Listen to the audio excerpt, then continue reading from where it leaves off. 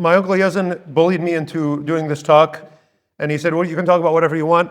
My PhD dissertation is on theology and science. In particular, I wrote on the question of the ontology of the laws of nature. So the meaning of that question is, when we are talking about laws of nature, when we say that gravity is a law of nature, what are we referring to? What is it? What exactly is gravity? Is it an aspect of material things? Is it some invisible string that's pulling and pushing things? What do we mean when we say that these things are laws of nature? That's what I wrote on. That's what the book Matter and Mathematics is about. If you want to, if you have insomnia and you want help sleeping, you can pick up that book on Amazon and it'll put you right to sleep. That's not my topic today. I'm going to talk about a kind of broad topic, and I actually made it a little bit even broader since I gave the title to Yazan and Tishma Sharif. The title is, what is it? Faith and Science.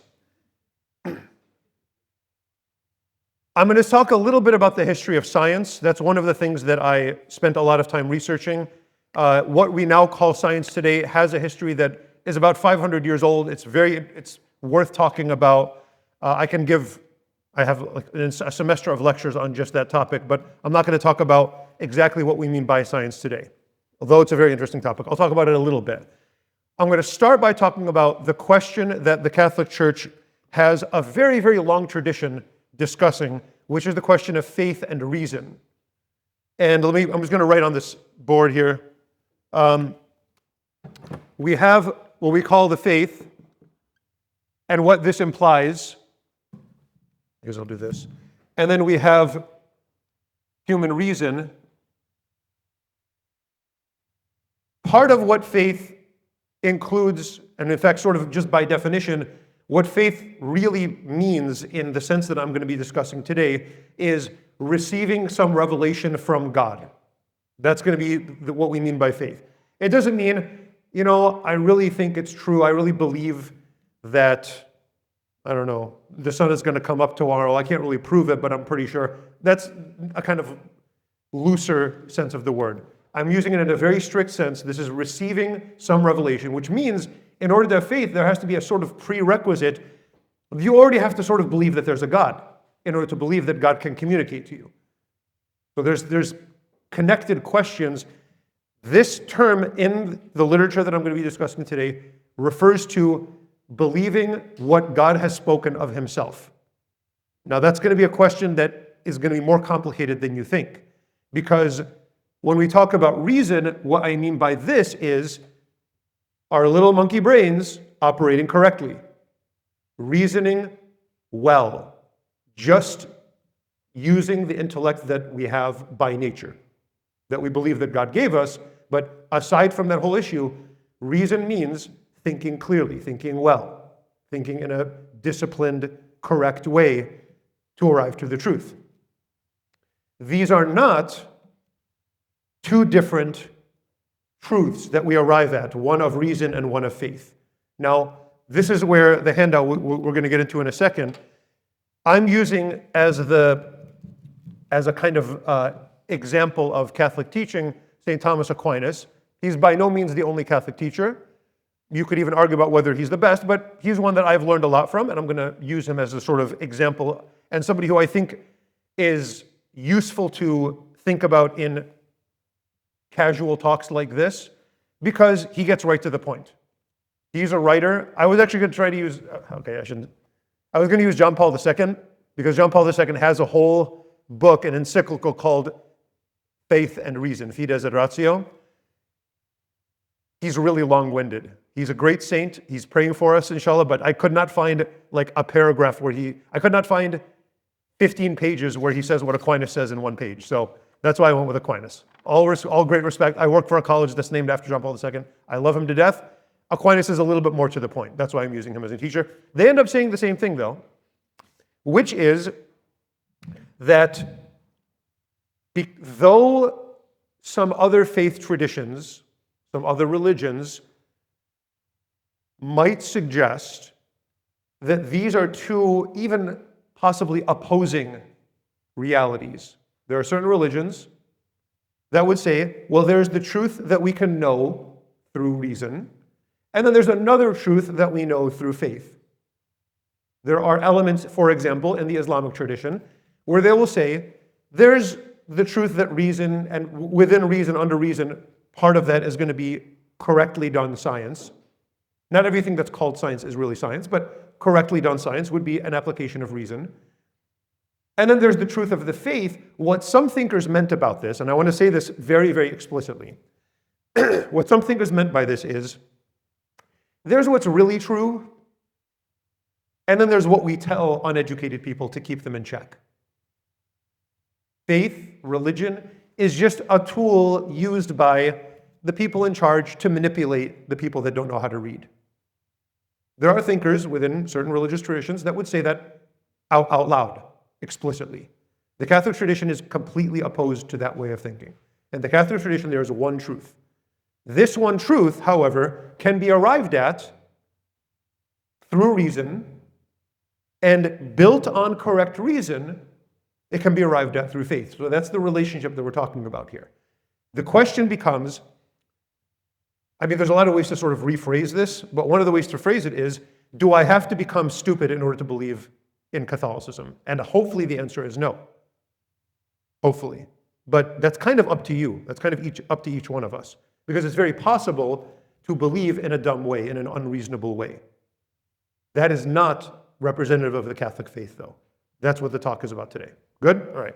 So if you have the handout, this first, there's no page 1 or page 2. The one that has on the top left, Summa contra Gentiles, 1.9, that page. I should have put page numbers on this. This is one of Aquinas's,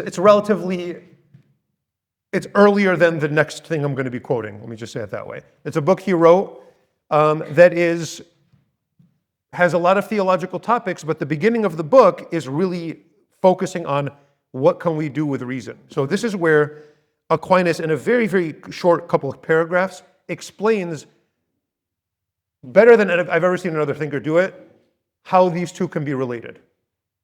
So let's take a look. It is clearly apparent from what has been said that the intention of the wise man ought to be directed to the twofold truth of divine things. So there's a twofold truth, not just of anything in general, but of God. There's two ways to reach the truth about God, but it's the same truth. Okay? And toward the destruction of the errors that are contrary to this truth. One kind of divine truth, the investigation of reason, is competent to reach, whereas the other surpasses every effort of reason. So there is one path to the truth that reason alone can reach, a truth about God. That just if you're thinking clearly, you're going to come to correct conclusions. There are other things that require faith, that you cannot think so hard that you're going to discover just through correct reasoning that God is a Trinity. There is no way to discover that. That had to be revealed by God. There is no way to think super hard, and just by thinking super hard and correctly, you're going to come to the conclusion, oh, the Word became flesh. You can't. That had to be revealed by God. However, there are many truths that can be discovered by both reason, and if somebody doesn't follow this, they don't quite get it, that's fine. They can also be revealed by faith. For example, one of the ones that he famously sort of argues for is the fact that there is a God. Is there a God at all or not? Aquinas believes that you can prove that without even referring to the Bible. Let me just say this part. I hope this is obvious to everybody. It would be completely backwards to try to prove that there's a God by quoting the Bible. You guys see how that's backwards? It's like this. You know this joke? Okay? There has to be a God because it says so in the Bible. Why should I believe the Bible? Because God wrote it. You're going in circles? We are meant to think in straight lines, not in circles. Circular thinking is bad thinking. Everyone get that? So Aquinas believes that there are certain things that you can reason and conclude that there is a God. Now you can take or leave his reasoning, but he believes that this is something that can be done without reference to some supernatural relation. However, let's say you haven't really found, I don't really get it. It's a little bit too abstract for me. So instead of proving or knowing that there's a God? Is it okay to believe that there's a God based on revelation? That's okay. It doesn't make you a bad person. It's not for this stuff is not for everybody. So that's what this is for. Okay, so far so good? All right. I'm speaking of a twofold truth of divine things, not on the part of God himself. So he's not saying that there's two truths about God, or that God is telling these two truths, because God is truth, one and simple. But from the point of view of our knowledge, which is variously related to the knowledge of divine things. Now, to make the first kind of divine truth known, namely reason, we must proceed through demonstrative arguments. It's a very technical term. Demonstrative arguments means proofs in the fullest, best, most rigid, strict sense of the term. We have to prove things philosophically using very clear definitions. We have to really understand every single term that we're using. Every single one of our arguments has to be just Loctite. That's what a demonstration is. That's not like, it sort of seems the better of two options. Sometimes we're forced, like just the kind of thing we're talking about, we have no option but to go to something like that. Well, this seems more likely than not. Aquinas' preference, to the degree that it's at all possible, is to use demonstration, the strictest form of philosophical proof. Okay? By which our adversary may be convinced. However, such arguments are not available for the second kind of divine truth. You will not be able to prove the Trinity. I don't care how hard you think. And so Aquinas says, because of that, since such arguments are not available for the second kind of divine truth, our intention, this is very important for a lot of people to hear. Very important. Everybody listen to this. Our intention should not be to convince our adversary by arguments. Aquinas thinks it's a very bad idea, he's going to explain why in a second, to try to prove an article of faith. Our intention should be, he says, to answer his arguments against the truth. Now, what is he saying here? He's saying, if these truths of the faith require revelation, that means they cannot be discovered by reason alone. On the other hand, if there is only one truth, that means whatever is revealed by the faith cannot contradict reason. So whatever God reveals cannot go against what we know by reason alone. Even if we can't prove it, it cannot be disproven by reason. You guys see that? It's a very kind of complex relationship that these two things have. For as we have shown, the natural reason cannot be contrary to the truth of faith. The sole way to overcome an adversary of divine truth is from the authority of Scripture, and authority divinely confirmed by miracles. So he says, some of this stuff you're only going to know from the Bible, but if you don't accept the Bible, you got to work on that first. It's like trying to say to somebody who is, Buddhist or something like that. They don't accept our Bible. It's not their thing.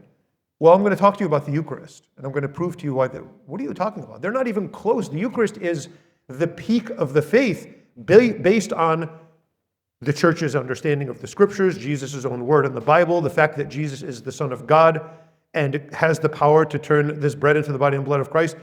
If you don't accept any of these things down here, this is the most absurd thing in the world to you. And you cannot be so lazy that you think you get to skip all of this preliminary stuff and just get to this. That's laziness. If you want to talk to somebody, where do you disagree with them? Where's your first disagreement? It's down here somewhere. Depends on the person you're talking to. Or who is it that you're talking to? You have to. This is so much harder than just sending somebody a website. Here, just read this. And then calling them names, and you're such a stupid idiot, and going on Facebook and arguing with people, or going on social media arguing with people. You know what it takes to understand what somebody needs to hear, where the disagreement is? You know what you have to do before you can find that out? You have to listen to them talk. Imagine. I don't think anybody has done that in the last 10 years. I don't think since TikTok was invented that has ever happened. Or Twitter, or whatever. And I don't think, because social media, we're basically just screaming at each other and not listening to what anybody else has to say. But if you want to know, where do I disagree with you? Where are you coming from? Oh, you accept the Bible. Okay, awesome. You know, if somebody says, I accept the Bible, we have a lot to work with. I'm not sure I don't know if God has revealed himself, but I think he could. Okay, cool. I think there's a God, but I don't think he's the kind of being that cares about us. Okay, we're somewhere. I'm not even sure there's a God. Okay, that's where we're at. Where are you at? Talk to the person you're talking to, and then talk to that question. Because if the person disagrees down here, and you're talking all the way up here, Aquinas says you will look stupid. Not only that, you're going to make the faith look stupid, because they do not have the prerequisites to understand even the words that you're saying. And you basically come across as a madman, because you kind of are. Good? Okay.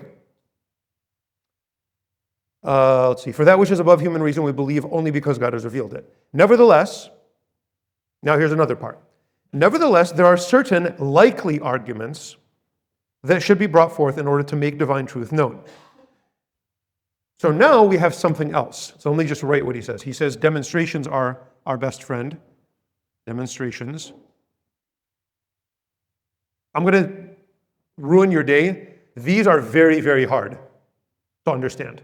My book, Thoughtful Theism, attempts to explain these as simply as possible, and I don't do a very good job because they're just hard to understand. It's very, very abstract, difficult thinking. But we can also have what's in this translation called likely arguments, where it's not, I can't prove it, but I can show you that it kind of makes sense, right?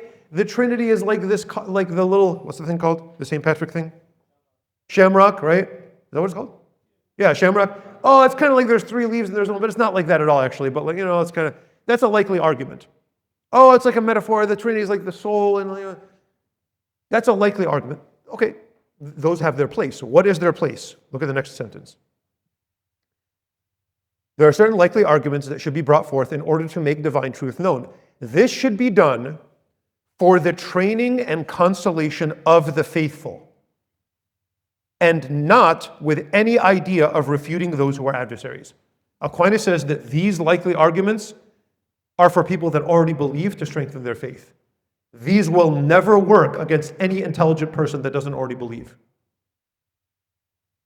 And he's right about that. And in fact, what does he say next? For the very inadequacy of the arguments would rather strengthen them in their error, since they would imagine that our acceptance of the truth of faith was based on such weak arguments. You know what Aquinas is saying? He's saying when you are out there preaching the faith and you say something dumb, you make the whole church look dumb. And the person that's listening to you, this is their opportunity, maybe they're listening to you, and you come across as crazy or dumb, or your logic doesn't make sense, you're not really following through correctly, you're not being fair to the other side. You are telling that person, this is how the whole church thinks, even though that's not how the church thinks at all. But you are misrepresenting the faith. My beard got caught in the thing. That's a new problem this year of mine. Okay. He says the inadequacy of the arguments would strengthen them in their error. They will be more sure that the church is wrong because you didn't do a good job. Now, what does he say? He says this in another place. He says, therefore, if you're not quite sure how to explain something, don't. But then I'll look stupid, Father. Yeah, look stupid. Better than the church looking stupid. Because if you guess, theology is not guessing. And if you make your argument based on vibes, this is what I feel, good for you. Go feel that at home all you want. You want to talk to another person, you got to think. And if you've never thought about something in your life, don't have an opinion on it. That is the mark of a very uneducated person. You know what hot takes are? You know what a hot take is? Again, it's the creation of social media. A hot take is, I've literally never heard about this before in my life. I've never thought about this before, but I have an opinion on it. That's what a hot take is. This event happened 5 minutes ago. Here's what I think. You know what you're telling me when you have an opinion on something that just happened? You're telling me that you don't think at all, that you habitually just never think. Give it some time. Let it simmer. Just breathe for a second. Do you think the world is holding its breath waiting for your opinion on something? I mean, maybe some people are, but I'm not. You know what I mean? Breathe. Let the dust fall. Think of, okay, let's see what's going on. Now let's take our time. Let's analyze things. Let's be reasonable. With theology, people do the same thing. Somebody will ask a question. If you ask me a question I've never thought, okay, this happens all the time when I'm in teaching class. I'm teaching class. Somebody raises their hand. So what about this? And then these kids will just say this stuff that I've outlandish. Like, what? Well, don't you think that's true? And I'm like, I don't know. And I say, I don't know. And the Father Andy doesn't know. Dude, there's all kinds of stuff I don't know. You want a list of things I don't know? We'll be here all, like, the rest of the year. Say you don't know. It's okay. Right? Good. All right. I already made this last point, but let me just read part of this third paragraph. This then is the manner of procedure we intend to follow. So he says, therefore, this book that I'm going to write right now, this is the beginning of a book. He says, in this book, I'm going to first seek to make known that truth which faith professes and reason investigates. This we shall do by bringing forth both demonstrative and probable arguments, some of which were drawn from the books of the philosophers and of the saints, through which the truth is strengthened and its adversary overcome. So he says, in this book, I'm going to start with these demonstrations, then I'm going to do some of these. Then, in order to follow a development from the more manifest to the less manifest, we shall proceed to make known that truth which surpasses reason. Then he's going to get to this stuff. Answering the objections of its adversaries and sending forth the truth of its faith by probable arguments and by authorities to the best of our ability. So he follows that procedure. And if you open this book, it's available. The text is online for free. You can just click and scroll through it. You can buy it. The English translation is published by Notre Dame Press. You can get it. It's in 5 volumes. It's a nice little book. Okay? And he does exactly that. And the first volume, and maybe a little bit more, is almost entirely quoting Aristotle. Okay? He knows, like, I can't quote scriptures. I'm talking to people that don't accept the scriptures. Now, here's where, let me get to the science part of it. And maybe I'm not even going to get to the other stuff, but you can read that at home, whatever. Here's where the science part comes in. Because the reason why you can't just say to your non-believer friend, here, read some Aquinas, is not only because Aquinas is a Catholic and he accepts the scripture. It's not really because of that. Part of it is because of the history of science thing that I was referring to earlier. That when you have one application of reason, one way of doing reasoning, is not necessarily philosophical in the sense that the ancient Greeks did, which is what Aquinas adopted. There's a more particular version of reason that we have inherited today that we now call science. Well, let's talk about this for a little bit. And there's nothing really on this sheet for that, so I'll just kind of give you a little bit of the history. This word originally just meant knowledge. This comes from the Latin word scientia, which just means knowledge of any kind. But what we call science today has a kind of very particular history, and it started around the time of Galileo and Descartes, maybe a little bit before them, and there's a lot of very good history books that will trace how both Galileo, Descartes, Isaac Newton, other thinkers built on earlier science that was built on the teaching of the Catholic Church.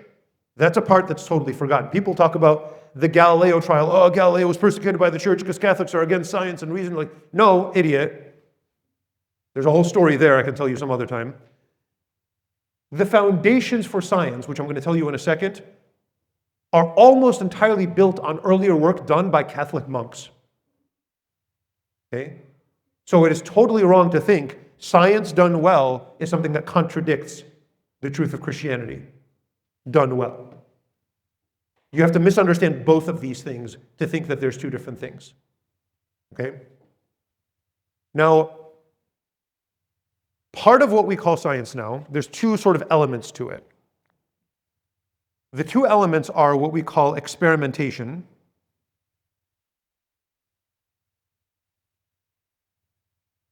and you could call this measurement, but I'm going to call it mathematical notation.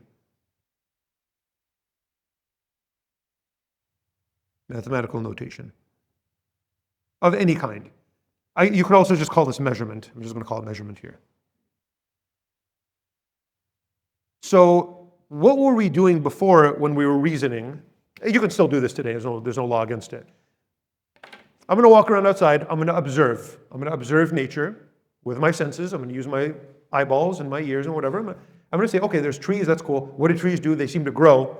How do they grow? Let's pay attention. Let's observe how they grow. And we're going to learn. We're going to sort of let nature teach us about itself.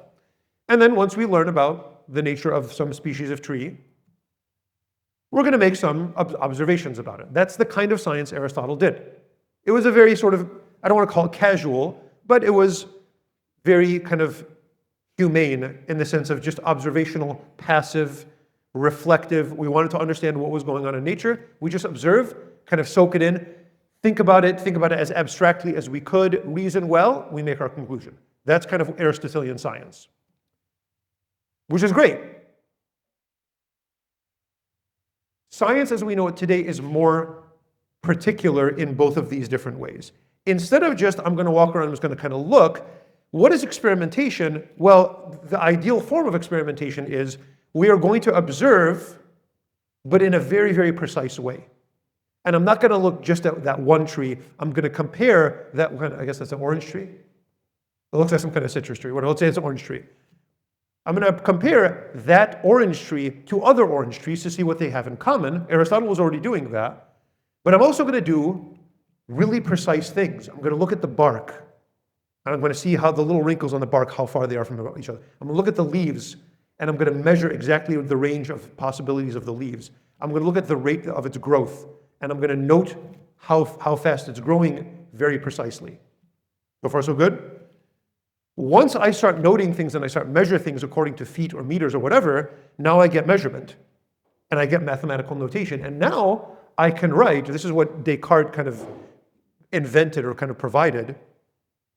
Now I can write a graph that tells me the growth of a tree per year, and it's going to be some kind of, I don't know, it's going to probably a curve that looks something like this is my guess. And you can do mathematical notation. What are these called, the XY axis, where there's numbers? Anybody know what those are called? What is it? No. What are they called in English? The XY coordinates with the numbers. Cartesian coordinates, named after Descartes. He invented analytic geometry. Okay? So we would not be able to do that without this guy. And he was a professing Catholic, by the way. Or no, he's not, the world didn't go crazy until, well, it was always crazy anyway. Okay, so now look at what we have to do. And this is a kind of dispute that I have with some of my doctoral dissertation professors. We have a little bit of a different take on this. One of my professors, one of my readers, thinks that you can just take the faith and take science, and he has a PhD in physics, so he knows science a lot better than I do. But he thinks you can just take science and theology and just mash them together and one can learn from the other. I actually don't think it's that simple. I think it's a little bit more complicated than that. I actually think you need philosophy to translate the language of science and understand what's going on, and the language of faith. I think to mash these together is something equivalent to, like, you get a USB stick, what are those called? Memory, yeah, like a thumb drive. It's like taking a thumb drive and like jamming it into your forehead. There's information here and there's information here, but they're not, you know what I mean? I don't think you can do that. I think there at least has to be, you have to put it on a screen and read what the screen is saying. So I think philosophy has to be sort of the translator between these two. Because science really arose out of philosophy. And theology and philosophy, if you can see what I'm doing here, I'm replacing reason with philosophy, and I'm putting theology here. They're related to each other. These can communicate. These, I don't think can. So that means when you hear, oh, there's the scientific thing, okay, cool, there's this discovery, cool. You got to breathe a couple of breaths before you start making theological conclusions. You got to think about it first. You can't just immediately just jump to, oh, that means God is doing this, God is doing that. Interpreting God's will, and in fact, there's a theological problem with saying, oh, here's why God did something. I don't think we can do that. You know why? Because if you have an answer to the question why God did something, that means you have a cause for God. That means you have something outside of God causing God to do something, which means he's not the first cause. Which means we're not talking about God anymore. So a lot of the stuff that we do kind of, on a day-to-day basis is actually kind of superstitious. It's not really good theology. You know what I mean? So I'm bumping into some other warnings here. What else do I want to say about this? That's the science thing. Now, this is not to say that, actually, Aquinas is going to make some comments in his other works. Remember that this is our, human brain doing this stuff. So we can do some stuff pretty well, and Aquinas has a very high estimation of what reason can do, but he's also aware that we can make mistakes. And so philosophers make all kinds of mistakes. I don't. Other philosophers, I'm just kidding, I make mistakes all the time. Philosophers make all kinds of mistakes. Scientists make mistakes all the time. Hopefully they're corrected eventually. Hopefully philosophers are corrected eventually. You know what I mean? So this is not to say everything that calls itself reason is reason. And everything that calls itself science is science. Not at all.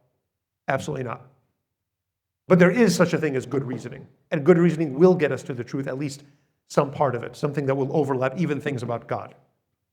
Okay? And there is such a thing as true science. Okay? So all that, this is kind of the history part of it. Now, with this in mind, and I really want to stress, this really is an extension of this, not a contradiction. There's I really want to kind of make that a clear point. I guess, yeah, let's go to the next column on the right. This is from Aquinas' later work, the Summa Theologiae. And this is part 1 of that book. That's a really, really long book. But part 1 of this book, question 68, so a good ways into it, he starts doing a commentary on some parts of the Bible, and so he's reading the book of Genesis. So he's asking a question, whether the firmament was made on the second day. Now, and he has a question, all kinds of questions about each of the days of creation, whatever. I want to show you how Aquinas reads the book of Genesis. St. Thomas Aquinas. Okay, reads the book of Genesis. Let's take a look at it. So he's asking whether the firmament was made on the second day. So the question is going to become, how literally is Aquinas going to read Genesis?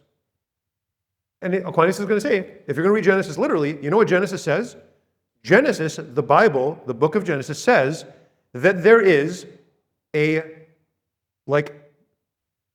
glass or some kind of crystal dome above us that's holding up another ocean. And when it rains, there's little doors that God opens, and the water from that ocean above us comes down, and that's what rain is. That's what the Bible says. Aquinas does not have any Elon Musk satellites to tell him that that's not going on up there. But he already knows that that's not the case. In fact, it was known thousands of years before us that that's not actually happening. So that literal reading of Genesis is not what's actually happening in nature. So what does Aquinas do with that? I answer that. In discussing questions of this kind, 2 rules are to be observed, as Augustine teaches. So now Aquinas is quoting St. Augustine from the early 4th century. This is 1600 years ago. The first rule is to hold the truth of Scripture without wavering. So rule number 1, the Bible is true. And I have no wavering on that. The second rule is, since the Holy Scripture can be explained in a multiplicity of senses, one should adhere to a particular explanation only in such measure as to be ready to abandon it if it be proved with certainty to be false. You know what the second rule is? The Bible is true. The second rule is, which interpretation is true? Aquinas says you should only hold to an interpretation so that you are ready to abandon it the second it's proven wrong. So he says, with certain things, this one will tell you how to read the revealed text, because God cannot contradict himself. And so if our reason, our senses, our, like everything that we know is telling us, well, it doesn't mean that because that's not what's happening. Aquinas isn't saying, and there might be faiths that would say this, but Catholicism does not say, pull out your eyeballs and mutate your brain so that you can accept whatever is there in Revelation. Because God created your brain too. Aquinas says, when reason is telling you this is what's going on, that means that interpretation of the Bible is the wrong interpretation. That's what Thomas Aquinas is saying, quoting St. Augustine. Now why? Well, one of the reasons why, look what he says. Lest Holy Scripture be exposed to the ridicule of unbelievers. He says if you do that, Scripture is going to be mocked and it's your fault. And obstacles be placed to their believing. And if you are of the sort of thought process that, no, it's all or nothing and that's it. Okay, that means not only is the Earth the center of the solar system, it's also flat. There is an actual glass dome. There's pillars underneath us. Fine. I don't care if you believe that. Go ahead. Go ahead. But if you say that's a requirement to be Catholic, you're creating obstacles to people accepting God. That's your fault now that somebody's not accepting Jesus, the resurrected Son of God. Because Jesus resurrected no matter what shape the earth is and no matter what is going on above us. And he truly is the Son of God, no matter what these other things are. And you're placing an obstacle between somebody and Jesus when you insist on this stuff that is pretty dumb in the end. Because you're not really reading the Bible correctly. Including, if you happen to be Catholic, you're not even reading the Bible in the spirit or in the tradition of the fathers of the church. Because St. Augustine didn't even believe that those 6 days were 24 hours. St. Augustine didn't believe that. He believed that they were symbolic and they symbolized levels, things getting better and better as each day went on. It doesn't mean that the thing happened before the other one. It means that what happened on the sixth day, the things that were created on the sixth day are better than the things that were created on the third day. That's what those days mean to St. Augustine. They do not mean 24 hours to him. St. Augustine. He's not responding to young earth creationism, or he's not responding to the Big Bang Theory, he's not responding to evolution. He's reading the Bible as an honest man with a brain. And he's coming to the conclusion that these are not 24-hour periods. St. Augustine. St. Thomas Aquinas. However, again, because of the internet and social media, every hill is the hill to die on, and we have to prove that we're stupid at every possible opportunity. And that's what Catholicism means, apparently. And that's what Christianity means, apparently, to some people. And we are placing obstacles in people's faith when we do that. And again, we're not even being good Catholics because we're not following the saints. If you want to see this, go down to the paragraph towards the bottom of that column. It's all bold. If, however, we take these days to denote merely sequence in the natural order, that's what I was just saying, as Augustine holds, and not succession in time, then there's nothing to prevent our saying, while holding to any one of the opinions given above, that the substantial formation of the firmament belongs to the second day. So he's like, yeah, it's the second day, if by day we mean the second best thing. Thomas Aquinas. A neat thing he does here, if you go below, just look at the stuff that I've bolded. St. Basil, he's quoting St. Basil. He quotes Augustine again on the next page. He quotes St. John Chrysostom. He quotes St. Augustine again, about halfway down the left column on the other side. He quotes St. John Damascene. He quotes St. Augustine again.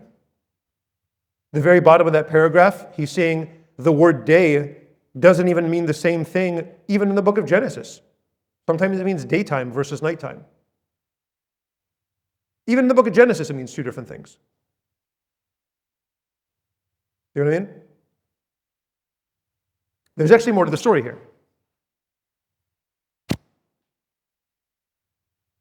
Go to the right column, Article 3, whether the firmament divides waters from waters. I answer that. The text of Genesis, considered superficially, might lead to the adoption of a theory similar to that held by certain philosophers of antiquity, who taught that water was a body infinite in dimension and the primary element of all bodies.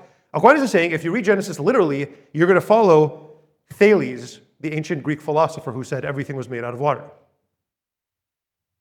But he doesn't accept that for scientific reasons. And he kind of explains that interpretation of Genesis, that darkness was on the deep, and deep might mean this or that. The next paragraph, he says, as, however, this theory can be shown to be false by solid reasons, it cannot be held to be the sense of Holy Scripture. So Aquinas is following his own rule. If you can disprove it, that means it's not what the Bible means. It should rather be considered that Moses, who is the traditional author of Genesis, Moses was speaking to ignorant people. And out of condescension to their weakness, he put before them only such things as are apparent to sense. You know what's kind of behind this? He's saying, look, he was actually really talking about air. But like people didn't know because they were so like primitive, they didn't know that air was a thing. So he's like, it's kind of like watery, but it's like more lighter than water. You know, and they're just like simple dudes. Like, you know, imagine like talk to some tiny guy in a tiny village who's only talked to goats his entire life. You know, you're going to explain what an air molecule is to that dude. You know, so Aquinas is saying, when the book of Genesis was written, it was written with people like that in mind. Simple people. That's kind of the way it was. And so it was speaking to what they could understand. And then they're like, well, it looks blue up there, right? You see how it's blue and like the ocean's blue? Yeah, sure, there's another ocean up there, whatever. Aquinas is saying that's how Moses wrote Genesis, with that attitude, not with strict historic scientific precision. So, what do we take from this? Well, I'll tell you one thing. We should not feel threatened ever by any truth. The truth is the truth, whatever it is, and we should not be afraid of the truth. And we should not be afraid of good reasoning, of clear thinking. We should not feel threatened. And if somebody comes in, I'm so smart and I got this and that, whatever, okay, that's great. I'm not that smart, but let's talk. Have an honest to God, open your heart and have a conversation with this person. And if you don't get where they're coming from, say more, I don't get it. And if there's something they say doesn't make sense, Aquinas says, tell them it doesn't make sense. And them, oh, okay, I guess, yeah, I never thought about that. And that's enough. You don't have to, like, meet somebody for the first time and they're, they've got like a Satan horns tattooed on their skull and all they're like just covered with, and they have those upside down cross or a pentagram or whatever. They're just a pure Satanist. They hate everything. Okay, you met that person. What's your job? Is your job like today we're going to adoration together and you're going to confession? Inshallah, I hope. Great. If you can, I'll hear their confession. But like just plant a seed. Patience is important. You got to take it step by step. And that person, have the conversation with them. And you know what the seed might be? The seed might be as simple as, I'm Catholic and I'm not going to be a jerk to you. And I'm going to take away your prejudice that all Catholics are mean weirdos. Some of them are. Many of them are in this room. I'm the first one. I'm a mean weirdo. Everyone knows that about me. But maybe showing a little bit of kindness and a little bit of thoughtfulness. And you sort of say, oh, you know what? Now that you're saying that, I'm not sure. What about this? And you ask them a question that they haven't asked themselves. That will stay in their head for days, and they might lose sleep because of that. And that's a good thing. Much better than, I'm just going to slap you on the head with the catechism and the Bible. You know what I mean? So patience, reason in a step-by-step way, goodness of heart, and actually pray for those people and speak out of love, not out of trying to win an argument. Does that make sense? Okay, that's it. I don't want to talk anymore. Questions or comments? Okay. Thank you, Shemesha.